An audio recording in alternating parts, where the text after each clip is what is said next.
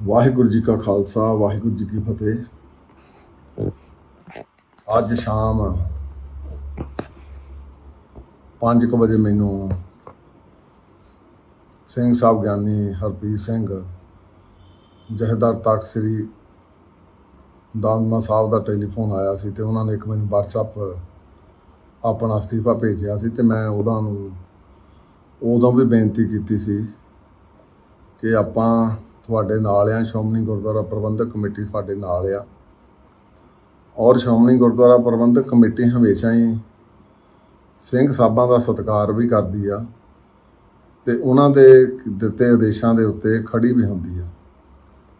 ਸੋ ਮੈਂ ਸਾਰੀ ਸਿੱਖ ਸੰਗਤ ਨੂੰ ਵੀ ਤੇ ਸਿੰਘ ਸਾਹਿਬਾਂ ਨੂੰ ਵੀ ਬੇਨਤੀ ਕਰਦਾ, ਕਈ ਵਾਰੀ ਔਖੇ ਸੌਖੇ ਸਮੇਂ ਜਿਹੜੇ ਆਉਂਦੇ ਰਹਿੰਦੇ ਆ, ਪਰ ਸ਼੍ਰੋਮਣੀ ਗੁਰਦੁਆਰਾ ਪ੍ਰਬੰਧਕ ਕਮੇਟੀ ਆਪਣੀ ਹਿੱਤਾਂ ਦੀ ਪੂਰਤੀ ਤੋਂ ਕਦੇ ਵੀ ਪਿੱਛੇ ਨਹੀਂ ਹਟੀ ਕਿ ਭਰਘਾਟ 'ਚ ਆ ਕੇ, ਕਿਉਂਕਿ ਤੁਸੀਂ ਵੀ ਪੰਥ ਦੇ ਸਤਿਕਾਰਤ ਆਗੂ ਨਹੀਂ, ਤੁਸੀਂ ਲੀਡ ਕਰਨ ਵਾਲੇ ਸਿੰਘ ਸਾਹਿਬਾਨ ਆ, ਤੁਸੀਂ ਵੀ ਇਹੋ ਜਿਹੀ ਕੋਈ ਗੱਲ ਨਾ ਕਰੋ ਜਿਹਦੇ ਨਾਲ ਜਿਹੜੀਆਂ ਉਹ ਦੂਰੀਆਂ ਵਧਣ। ਪਰ ਸ਼੍ਰੋਮਣੀ ਗੁਰਦੁਆਰਾ ਪ੍ਰਬੰਧਕ ਕਮੇਟੀ ਵੱਲੋਂ ਮੈਂ ਯਕੀਨ ਦਿਵਾਉਣਾ ਕਿ ਅਸੀਂ ਹਮੇਸ਼ਾ ਹੀ ਸ਼੍ਰੋਮਣੀ ਗੁਰਦੁਆਰਾ ਪ੍ਰਬੰਧਕ ਕਮੇਟੀ ਸਿੰਘ ਸਾਹਿਬਾਨਾਂ ਦੇ ਨਾਲ ਪਹਿਲਾਂ ਵੀ ਸੀ ਤੇ ਅੱਜ ਵੀ ਆ। ਵਾਹਿਗੁਰੂ ਜੀ ਕਾ ਖਾਲਸਾ ਵਾਹਿਗੁਰੂ ਜੀ ਕੀ ਫਤਿਹ।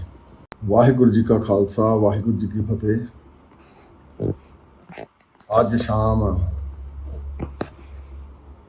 5 ਵਜੇ ਮੈਨੂੰ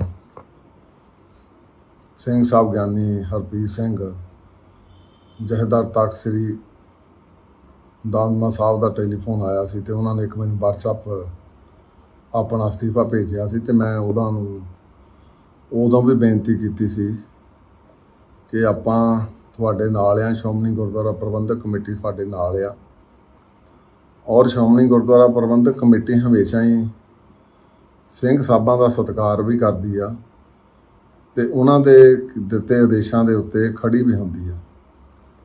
ਸੋ ਮੈਂ ਸਾਰੀ ਸਿੱਖ ਸੰਗਤ ਨੂੰ ਵੀ ਤੇ ਸਿੰਘ ਸਾਹਿਬਾਂ ਨੂੰ ਵੀ ਬੇਨਤੀ ਕਰਦਾ, ਕਈ ਵਾਰੀ ਔਖੇ ਸੌਖੇ ਸਮੇਂ ਜਿਹੜੇ ਆਉਂਦੇ ਰਹਿੰਦੇ ਆ, ਪਰ ਸ਼੍ਰੋਮਣੀ ਗੁਰਦੁਆਰਾ ਪ੍ਰਬੰਧਕ ਕਮੇਟੀ ਆਪਣੀ ਹਿੱਤਾਂ ਦੀ ਪੂਰਤੀ ਤੋਂ ਕਦੇ ਵੀ ਪਿੱਛੇ ਨਹੀਂ ਹਟੀ ਕਿ ਭਰਘਾਟ 'ਚ ਆ ਕੇ, ਕਿਉਂਕਿ ਤੁਸੀਂ ਵੀ ਪੰਥ ਦੇ ਸਤਿਕਾਰਤ ਆਗੂ ਨਹੀਂ, ਤੁਸੀਂ ਲੀਡ ਕਰਨ ਵਾਲੇ ਸਿੰਘ ਸਾਹਿਬਾਨ ਆ, ਤੁਸੀਂ ਵੀ ਇਹੋ ਜਿਹੀ ਕੋਈ ਗੱਲ ਨਾ ਕਰੋ ਜਿਹਦੇ ਨਾਲ ਜਿਹੜੀਆਂ ਉਹ ਦੂਰੀਆਂ ਵਧਣ। ਪਰ ਸ਼੍ਰੋਮਣੀ ਗੁਰਦੁਆਰਾ ਪ੍ਰਬੰਧਕ ਕਮੇਟੀ ਵੱਲੋਂ ਮੈਂ ਯਕੀਨ ਦਿਵਾਉਣਾ ਕਿ ਅਸੀਂ ਹਮੇਸ਼ਾ ਹੀ ਸ਼੍ਰੋਮਣੀ ਗੁਰਦੁਆਰਾ ਪ੍ਰਬੰਧਕ ਕਮੇਟੀ ਸਿੰਘ ਸਾਹਿਬਾਨਾਂ ਦੇ ਨਾਲ ਪਹਿਲਾਂ ਵੀ ਸੀ ਤੇ ਅੱਜ ਵੀ ਆ। ਵਾਹਿਗੁਰੂ ਜੀ ਕਾ ਖਾਲਸਾ ਵਾਹਿਗੁਰੂ।